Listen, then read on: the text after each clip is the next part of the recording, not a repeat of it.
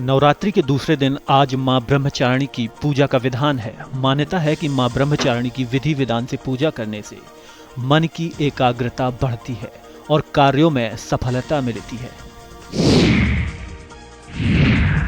गोरखपुर में सीएम योगी आदित्यनाथ ने व्यापारियों से संवाद किया। उन्होंने कहा कि पीएम मोदी ने देशवासियों को बड़ा तोहफा दिया है। जीएसटी में अब तक का सबसे बड़ा रिफॉर्म लागू हुआ है।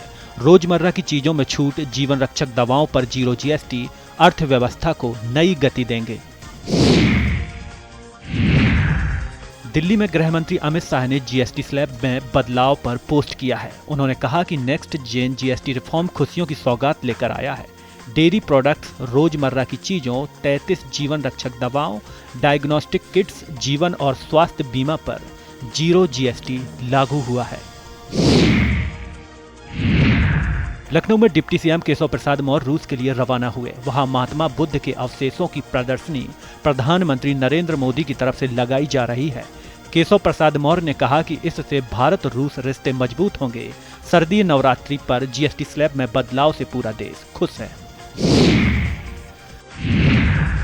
लखनऊ में कैबिनेट मंत्री अनिल राजभर ने जीएसटी की नई दरों पर कहा कि यह देश के लिए बड़ा कदम है।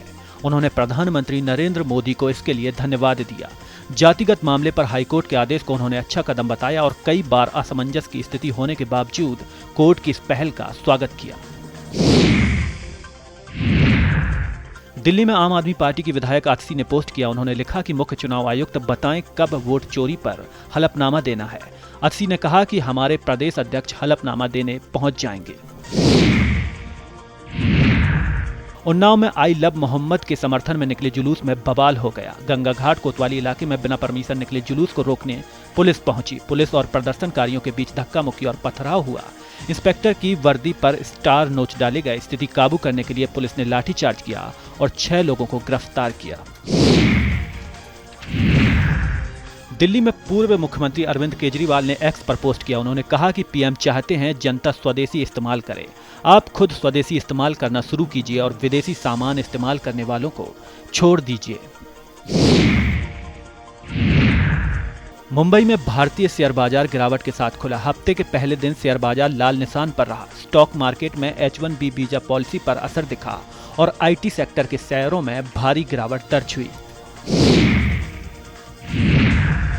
फिरोजाबाद में राकेश टिकैत सहित फौजी के परिजनों से मिलने गांव पहुंचे। महोबा में किसान की आत्महत्या पर उन्होंने कहा कि सरकार से मुआवजा नहीं मिल रहा और फसल बर्बाद हो रही है। कर्ज से परेशान किसान आत्महत्या कर रहे हैं। महाराष्ट्र में भी किसानों की स्थिति बहुत खराब है। दिल्ली में पूर्व बैंकर द्वारा डिजिटल अरेस्ट कर 23 करोड़ की बड़ी ठगी की गई। 4 अगस्त से 4 सितंबर तक आरोपी ने टेलीकॉम कंपनी के अधिकारी बनकर फोन किया और महिला से जालसाजी की। फोन नंबर गैरकानूनी कामों में इस्तेमाल होने का झांसा दिया। मुंबई पुलिस, सीबीआई और ईडी अधिकारी बनकर संपर्क में रहे। बलिया में बसपा विधायक उमाशंकर सिंह ने आजम खान को लेकर बड़ा बयान दिया। उन्होंने कहा कि अगर आजम खान बसपा में शामिल होते हैं तो उनका स्वागत होगा और इससे पार्टी मजबूत होगी। उमाशंकर ने बताया कि आजम खान मायावती पर भरोसा जताते हैं और उन्हें न्याय की उम्मीद है। दिल्ली में केंद्रीय वित्त राज्य मंत्री पंकज चौधरी ने भारत समाचार को एक्सक्लूसिव बताया कि जीएसटी स्लैब में बदलाव से सभी रोजमर्रा की चीजों पर राहत मिलेगी। विपक्ष के सवालों पर उन्होंने कहा कि जीएसटी काउंसिल में सभी प्रदेश के वित्त मंत्री शामिल होते हैं और अखिलेश यादव की सरकार के मंत्री भी शामिल रहे होंगे। दिल्ली के पूर्व क्रिकेटर रॉबिन उथप्पा से बैटिंग ऐप मामले में ईडी ने पूछताछ की। आज ही इसी मामले में पूर्व क्रिकेटर युवराज सिंह से भी पूछताछ होगी। लखनऊ में अजय राय ने कहा कि जातिगत भेदभाव खत्म करने के लिए कोर्ट के निर्देश का पालन करना चाहिए। उन्होंने आरोप लगाया कि भाजपा ने जातिगत बढ़ावा दिया और उनके लोग गाड़ियों में जाति लिखते हैं। अजय राय ने कहा कि कांग्रेस ने कभी जातिगत रैलियां नहीं निकाली। दिल्ली में केंद्रीय मंत्री अश्विनी वैष्णव ने कहा कि जीएसटी बचत महोत्सव शुरू हो गया है। जरूरत का हर सामान सस्ता हुआ है। जूते चप्पल पर जीएसटी घटकर 5% हुई। मिडिल क्लास के बजट में बचत और पूरे देश में के लिए यह अवसर है।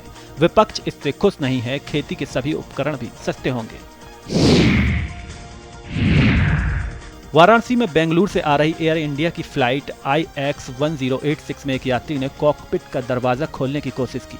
हाईजैक के डर से कैप्टन ने दरवाजा नहीं खोला और एयर ट्रैफिक कंट्रोल को सूचना दी।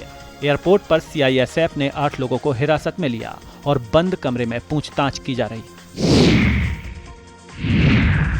अभिनेत्री जैकलीन फर्नांडिस ने दिल्ली हाई कोर्ट के उस आदेश के खिलाफ सुप्रीम कोर्ट में दायर याचिका वापस ले ली जिसमें उनके खिलाफ कथित ठग सुकेश चंद्रशेखर से जुड़े 215 करोड़ रुपए के मामले में मनी लॉन्ड्रिंग की जांच को रद्द करने के लिए इनकार किया गया था। सुप्रीम कोर्ट ने कहा कि फर्नांडिस उचित समय पर कोर्ट में अपील कर सकती हैं। कांग्रेस सांसद प्रियंका गांधी वाड्रा ने कहा कि उन्होंने कॉफी उत्पादक किसान, होमस्टे मालिक, डेयरी किसान और आदिवासी बस्तियों के लोगों से मुलाकात कर मुद्दों को समझा। आज 4.5 घंटे की बैठक में उन्होंने जिला और केंद्रीय स्तर पर उठाने वाले मुद्दों पर चर्चा की।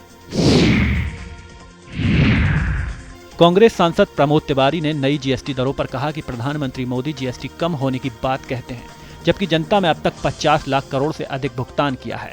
उन्होंने आरोप लगाया कि इससे गरीब और मध्यम वर्ग का जमकर शोषण हुआ है और GST के जरिए उनकी मेहनत की कमाई छीनी गई है।